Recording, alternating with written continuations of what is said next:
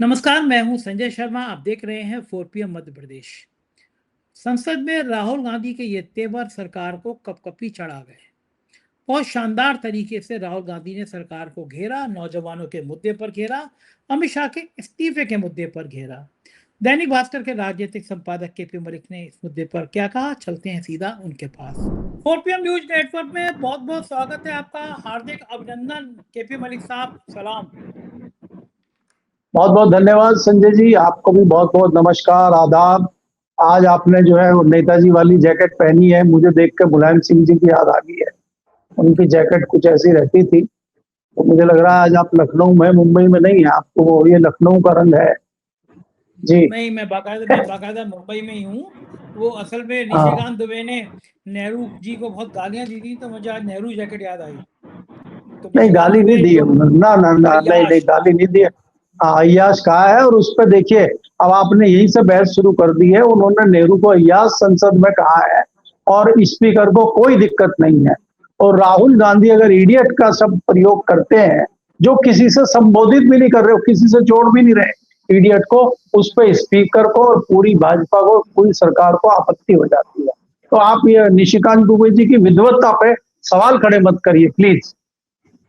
अच्छा, देखिए कि नेहरू ने इनका बिगाड़ा क्या। डंडा लेके मोदी जी को सपने में नेहरू नेहरू नजर आते हैं। इन्होंने कभी डिस्कवरी ऑफ इंडिया पढ़ी नहीं है, नेहरू के योगदान को पढ़ा नहीं है। आज ये जो माल बेच रहे हैं, अगर नेहरू बनाते नहीं तो बेच नहीं पाते। ये जितने IIT है, जितने एम्स हैं, जितने बड़े कारखाने हैं, जिस देश में सुई नहीं बनती थी, उस देश को नेहरू ने कहाँ से कहाँ ला के खड़ा कर दिया।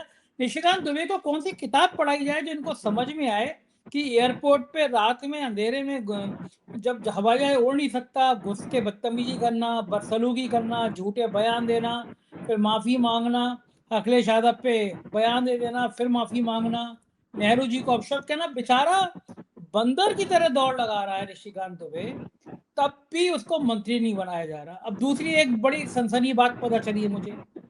निशिकांत दुबे जी के एक भाई साहब हैं, मुंबई में रहते हैं, और मुझसे आज कोई कह रहा था कि ईडी के नाम पे बड़ा खेल हो रहा है। मैं बिल्कुल, मेरे पास सबूत नहीं है, निशिकांत जी मुकदमा मत कर देना मुझ पे।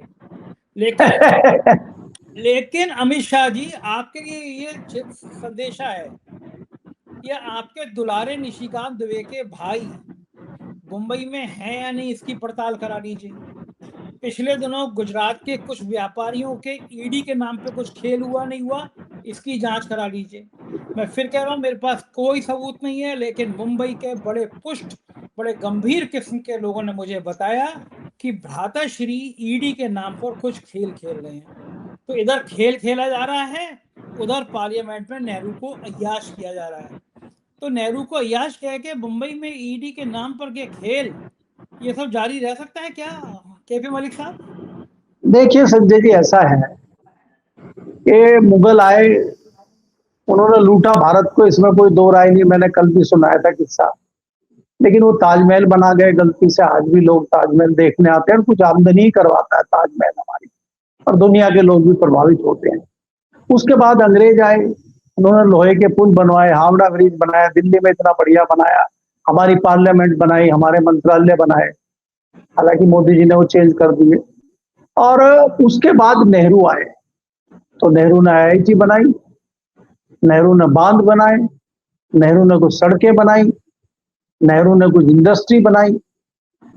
अब ये इनको दिक्कत ये हो रही है कि अब इनकी विदाई का जो समय आ रहा है, इन्होंने कुछ बनाया नहीं, इन्होंने तो बेचा और तोड़ने का काम किया है। लेकिन अगर इनसे पूछे कोई, इन्होंने बनाए, अंधभक्त बनाए, इन्होंने ऐसा करिश्मा दिया है जो आने वाले 100 साल तक लोग याद रखेंगे। संजय जी, आज पे अगर हम गंभीर चर्चा करते हैं, और ये जो महत्वपूर्ण विषय है आज का, जो हमने पार्लियामेंट में कल और आज देखा है। कल जैसे कि हमने चर्चा की थी, हमने बताया था आपको कि हमारे महामानव प्रधानमंत्री जी पार्लियामेंट के प्रांगण में आए और मंगल मिलन समारोह में उन्होंने जो है अपनी उपस्थिति देकर सारे सांसदों को कृतार्थ किया, और जो NDA के दूसरे उनके समर्थक दल हैं उनको भी आशीर्वाद दिया सांसदों को। हमारे एक वेस्टर्न यूपी के बड़े पार्टी के एक मंत्री हैं, उन्होंने विशेष तौर पर जो है आशीर्वाद लिया। इस तरह की चर्चाएं भी हमारे यहाँ चल रही हैं और बम बम है लोग। दूसरी बात संजय जी ये है कि हाउस में जहां एक बहुत ही सीरियस, बहुत ही गंभीर चर्चा सदन में चल रही है, बच्चों के मामले को लेके, उनके लाठीचार्ज के मामले को लेके, शिक्षा को कैसे सुधारा जाए, शिक्षा में पर्चे लीक हो रहे हैं, युवा को सड़कों पे आना पड़ा, उसमें सुधार के लिए गंभीर चर्चा सदन में चल रही है और हमारे जो है महामानव जी गायब है। लेकिन आश्चर्य इस बात का है कि महामानव तो समय समय पर गायब होते रहे हैं। चाहे नोटबंदी के मामले पे जब वो गिर गए हो तो गायब हो गए थे बीच में, जब वो प्रकट हुए थे गोवा में, उन्होंने कहा था भाइयों मुझे सिर्फ 50 दिन का समय दे दो। वो 50 दिन क्या, हो तो 50 महीने भी गुजर गए। उसके बाद आपको याद होगा जो दूसरी लहर आई थी कोरोना की, और जब उनके कंट्रोल से चीजें बाहर हो गई तो गायब हो गए थे।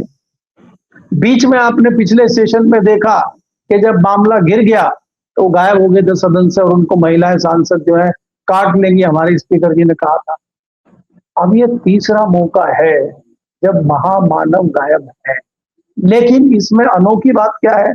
अनोखी बात ये है कि जो उनके गदाधारी भीम थे, उनकी अनुपस्थिति में संभालने के लिए मामला, तलवार उन्हीं के सिर पर लटक गई है और वो खुद भी गायब है। लीजिए, हमारे जो महामानव के जो गदाधारी भीम है वो भी गायब है, क्योंकि उन्हीं का इस्तीफा राहुल गांधी ने मांग लिया। जी, अब अमित शाह का इस्तीफा राहुल गांधी ने मांग लिया है और बार बार उनका कभी माइक बंद हो जाता है, कभी निशिकांत दुबे खड़े हो जाते हैं, कभी किरण रिजिजू खड़े हो जाते हैं, कभी आपके महामाननीय जो है राजनाथ जी डिफेंस मिनिस्टर, जिन्होंने बताया था कि कोई शहादत नहीं हुई है ऑपरेशन सिंदूर में, वो भी खड़े होकर सफाई दे रहे हैं। तो बीच बीच में क्या है कि राहुल गांधी को डिस्टर्ब करो, वो धारा प्रवाह ना बोल सके, बीच बीच में अड़ंगे लगाते हो, पूरी कोशिश की गई। और अंत में ये हुआ कि जब उनका भाषण खत्म हुआ और वो जो चीजें रखना चाह रहे थे वो रख नहीं पाए, तो उन्होंने बाहर मीडिया को बोला और उसके बाद उन्होंने प्रेस कॉन्फ्रेंस में चीजों को रखा, क्लियर किया कि हमें स्पष्ट तौर पे अमित शाह जी का इस्तीफा चाहिए। क्यों चाहिए इस्तीफा? भाई दो चीजें हैं, या तो आपने आदेश दिया है लाठीचार्ज का, गोली चलाने का, कि लाठी जो कील लगा के मारने का, ये आपने आदेश दिया है। और अगर आप कहते हैं आदेश नहीं दिया है, तो दिल्ली पुलिस ने आपके बिना आदेश के कैसे कर दिया है? तो दोनों परिस्थिति में हमारे जो है गृह मंत्री जी फंस गए हैं और अब उनको समझ नहीं आ रहा करें तो क्या करें। और आप ये देखिए कि देश भर के युवा दोबारा विचार कर रहे हैं जिस प्रकार से कानूनी कार्रवाई हो रही है, और बिहार जैसे स्टेट में आपने आदेश जारी करने के बाद के किसी पर कोई कार्रवाई नहीं है। खबरें ये आ रही हैं कि युवाओं पे, छात्रों पे लगातार कार्रवाई की जा रही है। तो क्या ऐसे में युवा दोबारा सड़कों पे आएंगे? क्या ऐसे में अमित शाह जी का इस्तीफा होगा? क्या विपक्ष इस पर प्रेशर बनाएगा? बहुत सारे गंभीर सवाल पार्लियामेंट में भी खड़े हो गए और बाहर भी खड़े हो गए हैं। इससे भारतीय जनता पार्टी घबराई हुई है संजय जी, और जवाब देने के लिए ना भारतीय जनता पार्टी के किसी मंत्री पे है और ना किसी इनके सांसद पे है। फिर वही कल जिन्होंने प्रेस कॉन्फ्रेंस की थी पात्रा जी ने आज फिर प्रेस को कहा कि देखिए पैतरा बदल दिया है, राहुल गांधी ने बताई, ये पहले कह रहे थे शिक्षा पे करो और हमने इस्तीफा कर दिया धर्मेंद्र प्रधान जी का, और अब बताइए अमित शाह जी का इस्तीफा मांगने लगे। मतलब एक तरह से गिड़गिड़ा रहे हैं, जैसे कि देखिए पैतरा बदल दिया, जैसे ये लोग पैतरा नहीं बदलते और ये सीधी साधी सच्चाई की राजनीति करते हैं। अब इनको समझ नहीं आ रहा है संजय जी, विपक्ष बहुत हावी है सरकार पे, और विपक्ष जिस तरह से एग्रेसिव होकर सवाल पूछ रहा है, जिस तरह से दबाव बना हुआ है, जिस तरह से चर्चा शुरू हो गई है कि किसान भी आंदोलन करने के लिए तैयारी कर रहे हैं, टैक्सी वाले भी E20 पे तैयारी कर रहे हैं, और बीच में महंगाई पे भी कोई आंदोलन शुरू हो सकता है। इस सुगबुगाहट को देखते हुए, इस सुगबुगाहट को सुनते हुए सरकार बहुत ज्यादा डरी हुई है और प्रधानमंत्री जी को समझ नहीं आ रहा करें तो क्या करें। जी बिल्कुल ठीक कह रहे हैं मलिक साहब। और एक बढ़िया बात यह है कि जितेंद्र सिंह ने कहा कि भाई गोली चलाने का आदेश मंत्री थोड़ी ना देता है, वो तो मजिस्ट्रेट देता है। बहुत मार्के की बात कही है उन्होंने कि मजिस्ट्रेट देता है। तो फिर कार सेवकों पर गोली चलाने का आदेश मुलायम सिंह यादव कैसे दे सकते हैं? वो तो मुख्यमंत्री थे। जब मंत्री नहीं देता तो मुख्यमंत्री कैसे देते हैं? ये तो कहते हैं कार सेवकों पर गोली चलाने का आदेश मुलायम सिंह ने दिया था। जितेंद्र सिंह कह रहे हैं मंत्री थोड़ी ना देता है आदेश, वो तो मजिस्ट्रेट देता है। और उस समय आदेश किसने दिया? मुख्यमंत्री के प्रमुख सचिव तो खुद नृपेंद्र मिश्रा थे, तो या तो उन्होंने दिया या मजिस्ट्रेट ने दिया। ये दोहरी बातें, क्या अब ये खुद अपनी चीजों में फंस रहे हैं? संजय जी, दोहरा चरित्र भारतीय जनता पार्टी का है। जहां इनको देखिए, जहां इनको अपना फायदा दिखता हो वहां श्रेय खुद ले लेते हैं, जहां इनको लगे हम फंस रहे हैं उसको नकार देते हैं। दिल्ली में मजिस्ट्रेट होता ही नहीं है, दिल्ली में फैसला डीसीपी लेता है, उसके बाद एसीपी लेता है। यहाँ मजिस्ट्रेट का कोई लेना देना है नहीं।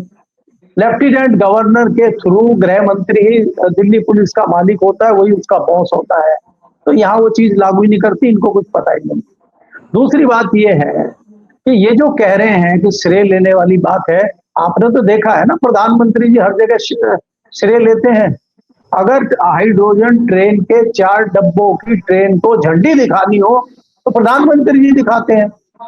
पूरे देश में कहीं भी आपको छोटी रेल का उद्घाटन करना हो तो प्रधानमंत्री जी झंडी दिखाते हैं। और जब अब जिम्मेदारी आ गई है मंदिर चोरी की, लाठीचार्ज की, आंदोलन की, तो मोदी जी कह रहे हैं मेरी कोई जिम्मेदारी नहीं। भाई धर्मेंद्र प्रधान झेले, अमित शाह झेले, और वहां पे जो है अपने वो चंपत राय जी झेले, मेरा कोई लेना देना नहीं है। क्योंकि इन्होंने तो कमेटी बनाई नहीं थी, इन्होंने तो ट्रस्ट बनाई नहीं थी, इनका तो कोई, इन्हें तो मंदिर में शायद गए भी नहीं थे, इनका भूत चला गया था। वो जो राम की तस्वीर पेश की थी, वो जो बाल राम थे उनका हाथ पकड़ के अंदर ले गए थे, और मोदी जी उनके योगी जी के कंधे पे हाथ रख के जब बात कर रहे थे, वो इनके भूत की फोटो है, ये खुद भी गए थे। तो जहां जहां फायदा हो, जहां जहां आपको हीरो बनना हो, वहां अपनी तस्वीर आगे कर दीजिए। और जहां लगे कि यहाँ आपको जिम्मेदारी लेनी पड़ेगी, यहाँ आपको जिम्मेदारी उठानी पड़ेगी, यहाँ आपको जवाबदेही उठानी पड़ेगी, वहां गायब हो जाइए। तो ये तो भारतीय जनता पार्टी की बहुत अच्छी रणनीति है, इसको हम पिछले 12 साल से देख रहे हैं लगातार। जी मलिक साहब, ये समाजवादी पार्टी के लोग भी पीछा नहीं छोड़ रहे हैं। आज पार्लियामेंट के बाहर सारे एमपी तख्ती लगा के चंदा चोर चंदा चोर चंदा चोर हो, ये राम मंदिर का चंदा चोरी ऐसे गले में अटकाए। प्रधानमंत्री जी ने, लोग कहते हैं कि हल्का हल्का छात्र आंदोलन को बढ़ावा दिया था कि चंदा चोरी पीछे चला जाए, ये नहीं पता था कि ये आंदोलन गले में अटक जाएगा। लेकिन चंदा चोरी का मुद्दा क्या चुनाव तक खत्म हो पाएगा? चंपत राय अभी तक चंपत नहीं हुए हैं, वहीं पे हैं। एसआईटी बचाने की कोशिश कर रही है सबको, नृपेंद्र मिश्रा की गिरफ्तारी नहीं हुई है। आखिर राम मंदिर के चंदा चोरों को नहीं पकड़ पा रही है लोग, तो किसको पकड़ेंगे? नहीं संजय जी, देखिए राम मंदिर की चोरी का जो मुद्दा है, वो समाजवादी पार्टी के लिए विधानसभा चुनाव में ब्रह्मास्त्र सिद्ध होगा। और भारतीय जनता पार्टी को अगर बड़ा डेंट लगेगा तो वही मुद्दा वहां रहेगा। और आप अगर इस गलतफहमी में हैं कि चंपत राय जी अरेस्ट होंगे, चंपत राय जी जेल जाएंगे, तो ये भूल जाएंगे।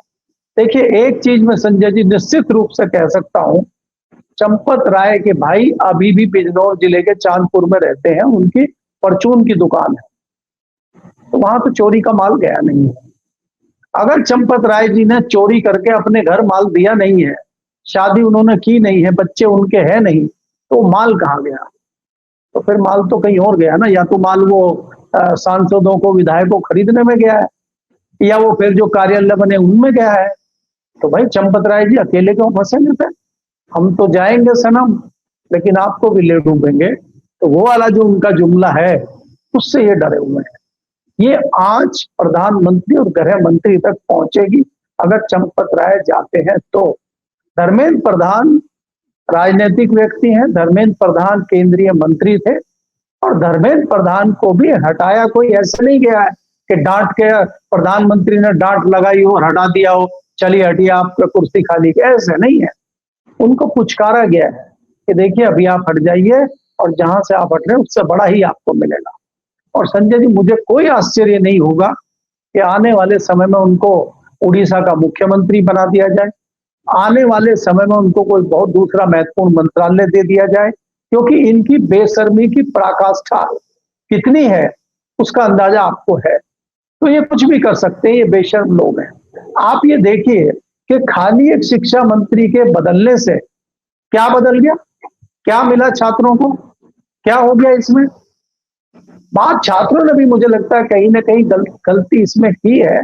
और आज सुबुगाट हल्की सी ये भी संजय जी चली है कि ये जो 2 लड़के प्रवक्ता उनके थे, और जो है मंत्री से बात करने गए, नड्डा से बात करने गए, जितेंद्र सिंह से बात करने गए, और इतनी जल्दी क्या हो गई थी कि वहीं तुरंत ज्वाइंट प्रेस कॉन्फ्रेंस कर दी। और जो बीच पीछे से कान में नड्डा जी बता रहे ये बोलो, उधर से जितेंद्र सिंह कान में बोल रहे ये बोलो, इतनी क्या जल्दी थी? आपने क्यों नहीं कहा कि भाई हम जो है जंतर मंतर पे जाके और हमारे जो अध्यक्ष हैं दीप के जी उनसे बात करके, और दूसरे सहयोगी दल है उनके भी तो थे ना। वहां पे एक लड़की धरना दे रही थी, वो भी आमरण अनशन पे थी, वो भी किसी ऐसा संगठन की है, तो हम इनसे चर्चा करेंगे और तब फैसला लेंगे। आपको बात ये हुई थी कि मंगलवार को आपको लिखित में दिया जाएगा, अभी तक आपको लिखित में नहीं मिला। तो आनंद फानंद में जिस प्रकार से ये आंदोलन खत्म किया गया है, इनकी विश्वसनीयता भी सवाल खड़े हो गए हैं। तो ये भी चर्चाएं चल रही है कि ये क्या मामला हुआ है। छात्र अभी शांत नहीं बैठा है संजय जी, और छात्रों के ऊपर लगातार चुपचाप कार्रवाई कर रही है पुलिस और प्रशासन। आज मेरी बेटी ने बताया, जैसे कि हमारी आपकी चर्चा हुई थी, मेरी बेटी ने ये कहा कि मेरे कई फ्रेंड्स को कॉल आ गए हैं और कई फ्रेंड्स को थाने बुलाया गया है। हमने कहा कैसे? बोला इन्होंने फ्री का वाईफाई यूज कर लिया और वाईफाई से उनका नेटवर्क और उनकी सारी चीजें पता लग गई। तो मैंने कहा तेरा क्या हुआ? बोला मैंने वाईफाई लिया ही नहीं, फ्री का आपने बताया कि फ्री की चीज लेनी नहीं है, तो मैंने अपने मोबाइल का डाटा यूज करा, इसलिए मेरा रिकॉर्ड कहीं आया नहीं। और मेरी जो फ्रेंड मेरे साथ गई थी उसमें एक लड़का भी था, 3 लड़कियां थी, सबके यहाँ पुलिस के फोन आ गए हैं और सबका ये किसी को मेल आ गया है, किसी को व्हाट्सएप आ गया है, किसी को फोन आ गया कि आपने ये किया है, आप थाने में तशरीफ ले जाए, किसी को फोन आ गया। तो आप ये देखिए कि ये बैठे नहीं है शांति से, ये उधर भी लगे हुए हैं।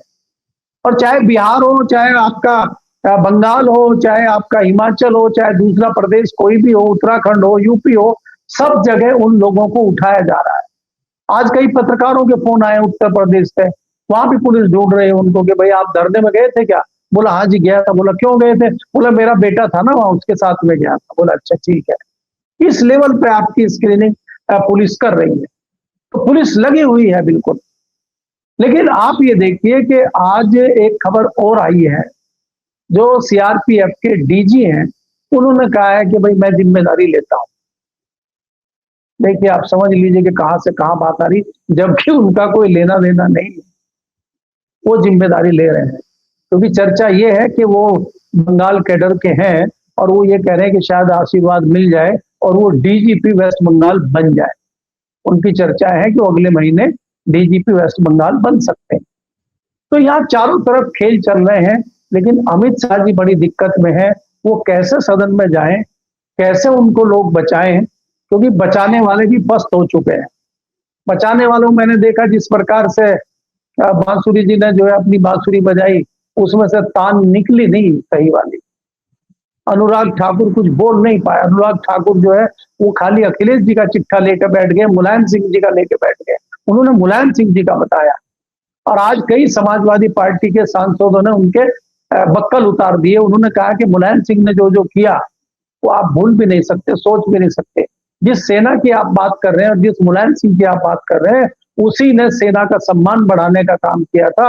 उनके जो सब उनके परिवार को नहीं मिलते थे, रक्षा मंत्री रहते हुए मुलायम सिंह ने ये तय किया था कि जो भी सेना का जवान शहीद होगा, ताबूत में उसका शव उसके घर तक पहुंचेगा। तो कैसे सेना के लोग भूल जाएंगे मुलायम सिंह को? तो आप उनके ऊपर टिप्पणी कर रहे हैं। आप में काबिलियत नहीं है, इसीलिए मोदी जी ने मंत्रालय से हटाया है आपको। तो जो खुद ही मंत्रालय से हट गए हो, वो गृह मंत्री को कैसे बचाएंगे संजय जी? बिल्कुल ठीक कह रहे हैं। और राहुल गांधी के हमले थोड़े मोड़े नहीं हैं। वो कह रहे हैं कि ये जो प्रधान है ये तो आरएसएस का चेहरा थे। हर जो वीसी बैठ रहा है, वीसी की नियुक्ति हो रही है, वो आरएसएस का आदमी है। ये बात तो ठीक है। छांट छांट के गवर्नर ऐसे आदमी की नियुक्ति कर रहे हैं, या तो भ्रष्ट हो या संघ का आदमी हो। संघ के आदमी भी ऐसा नहीं है कि बहती गंगा में हाथ नहीं धो रहे, बड़ा माल हो गया है। पहले भैया जी सीधे साधे हुआ करते थे। आजकल तो हमारे यूपी के लखनऊ के एक साय साहब है, असहाय कर रहे बहुत। वो एक भैया जी के जरिए करोड़ों अरबों रुपए कमा गए। तो ये भैया जी जो लोग हैं आजकल संघ के, ये भी माल कमाने और कमाने में जुट गए हैं। लेकिन राहुल गांधी जिस तरह से संघ पर हमला बोल रहे हैं, आज उनके बहुत सारे शब्द काट दिए गए हाउस से, संसदीय उसकी परंपरा में नहीं है ये सब, लेकिन लोकसभा अध्यक्ष ने उनके शब्द कटवा दिए, रिकॉर्डिंग में नहीं आए उनके। ये इस तरह अगर आप उनके नहीं लोगे, शब्द लोगे, उनके बात काट दोगे, उन्होंने कहा मैं प्रेस कॉन्फ्रेंस में सब कुछ बोलूंगा, तो कौन पार्लियामेंट के दस्तावेज पढ़ने जाएगा? राहुल गांधी ने तो बता दिया कि आज खेल क्या है, कि वो सरकार डर रही है। ओम बिरला इतनी इतनी बार टोकते हैं, बीजेपी के किसी नेता को टोकने की हिम्मत नहीं है, लेकिन राहुल गांधी को टोकते हैं। राहुल गांधी का कद तो खुद बढ़ा रही है सरकार, मुझे लगता है। संजय देखिए, जिस तरह से एग्रेसिव है राहुल गांधी, मैं खाली राहुल गांधी ही नहीं, विपक्ष भी जिस तरह से एग्रेसिव है, आप चाहे अखिलेश यादव की स्पीच देखिए, उनके दूसरे सांसदों की स्पीच देखिए, आप प्रियंका गांधी की स्पीच देखिए, आप गोगोई की स्पीच देखिए, कांग्रेस के तमाम नेताओं की देखिए, कितनी एग्रेसिव स्पीच होती है। पहली बात तो यह है कि इस स्पीच का एक कारण भी होता है, क्योंकि विपक्ष के पास सवाल पूछने के लिए बहुत सारे सवाल होते हैं विपक्ष में। मैंने कल भी कहा था आपको कि सवाल भाजपा भी पूछती थी जब कांग्रेस की सरकार थी, और हम पत्रकारों को बड़े अच्छे लगते हैं विपक्ष के सवाल, क्योंकि वो खुल के सवाल पूछते हैं। सरकार में सवाल नहीं पूछ सकते, सरकार में आपको जवाब देने पड़ते हैं, सरकार में आपके ऊपर तमाम आरोप होते हैं। तो आज उसी प्लेटफॉर्म पे भारतीय जनता पार्टी खड़ी हुई है। दूसरी बात यह है कि वाजिब है सवाल। जो आज सबसे बड़ा सवाल राहुल गांधी संसद के पटल पे पूछ रहे हैं, वो सवाल ये है कि भाई आप स्पष्ट कीजिए अमित शाह जी कि आप किधर हैं। भाई या तो आप कह दीजिए कि मैंने आदेश दिया है, मैं अपना माफी चाहता हूं, मेरे से गलत आदेश दिया गया, मैं देश के युवाओं से माफी चाहता हूं और उनके बच्चों के पेरेंट्स से माफी चाहता हूं, देश से माफी चाहता हूं, मेरे से गलत आदेश दिया गया। और अगर आप कहते हैं कि मैंने आदेश नहीं दिया, तो अगर आपने आदेश नहीं दिया और दिल्ली पुलिस आपके बिना आदेश के कार्य कर रही है, तो इसका मतलब आप पुलिस आपकी सुन नहीं रही है, तो आप जिम्मेदार व्यक्ति नहीं है, तो आपको तत्काल इस्तीफा देना चाहिए। तो आप तो दोनों परिस्थिति में इस्तीफे पे खड़े हैं। तो ये जो सवाल है जबरदस्त राहुल गांधी का, इससे भाजपा घबराई हुई है, सरकार घबराई हुई है। तो राहुल गांधी कंटिन्यू ना बोल पाए, उनका तारतम्य ना बना रहे, उस तारतम्य को तोड़ने के लिए बीच बीच में सरकार के क्रांतिकारी सांसद खड़े हो जाते हैं और उनको डिस्टर्ब किया जाता है, और रही सही कसर जो है वो स्पीकर साहब पूरी कर देते हैं। जैसा कि मैंने कहा, जब निशिकांत जी बता रहे हैं नेहरू की जो है वो नेहरू की चीजें बता रहे हैं, नेहरू का महिमा गान कर रहे हैं, तब स्पीकर जी मुस्कुरा रहे हैं। और जैसे इधर राहुल गांधी कुछ बोलने की बात करते हैं, तो फिर वो अमर्यादी संस्था शब्द, अमर्यादा, सभ्यों को शब्दों की मर्यादा रखिए, आसंदी का ख्याल रखिए, वो तमाम ज्ञान उनको देने लगते हैं। तो इसलिए राहुल गांधी ने कहा कि मुझे बोलने नहीं दिया जा रहा है। उन्होंने सदन के बाहर आके भी पत्रकारों से कहा, और उसके बाद उन्होंने प्रेस कॉन्फ्रेंस की, और प्रेस कॉन्फ्रेंस में उन्होंने दूध का दूध और पानी का पानी कर दिया। आप देखिए ना, हाउस आज इतनी जल्दी एडजर्न क्यों कर दिया? उसमें क्या दिक्कत थी? कल आप रात तक चला रहे हैं 11 बजे तक, आज आपने 3 बजे ही एडजर्न कर दिया। क्यों नहीं आए प्रधानमंत्री, गृह मंत्री? अब वो रात भर तैयारी करेंगे। मोदी जी जो मन की बात में जो लिखते हैं या लिखवाते हैं, तो वो टेलीप्रॉम्प्टर तैयार किया जा रहा है, और उस पे जो है, क्योंकि पार्लियामेंट के अंदर तो टेलीप्रॉम्प्टर लगा नहीं पाते, वो कागज पे लिख के लाते हैं। तो अभी ये हो रहा है कि भैया कैसे इतनी लंबी स्पीच दी जाए, क्या दिया जाए, कहीं गलती ना हो और राहुल गांधी और दूसरे विपक्ष के लोग मेरी हूटिंग ना कर दे, ऐसी कुछ तैयारी कीजिए। आज भी उनको रात भर नींद आने वाली नहीं है, तो तैयारी में लगे होंगे, क्योंकि अगर कल आते हैं और उनको कुछ बोलना है तो परिस्थितियां बहुत विकट हैं संजय जी, सरकार के लिए भी, प्रधानमंत्री के लिए भी और गृह मंत्री के लिए भी। जी बिल्कुल ठीक कह रहे हैं, हालात यही हैं। बहुत बहुत शुक्रिया मलिक साहब, आपने बातचीत की, थैंक यू। ये थे केपी मलिक जी, और आपने अगर पार्लियामेंट के भाषण सुने होंगे तो आप समझ गए होंगे कि ये सरकार कितनी डरी है, कितनी भयभीत है। इन नौजवानों ने पूरा सीन ही बदल दिया देश की राजनीति का। आपका क्या सोचना है? क्या मानते हैं आप मेरी बात को? कमेंट करके जरूर बताइएगा, चैनल को सब्सक्राइब करिएगा। शुक्रिया, थैंक यू।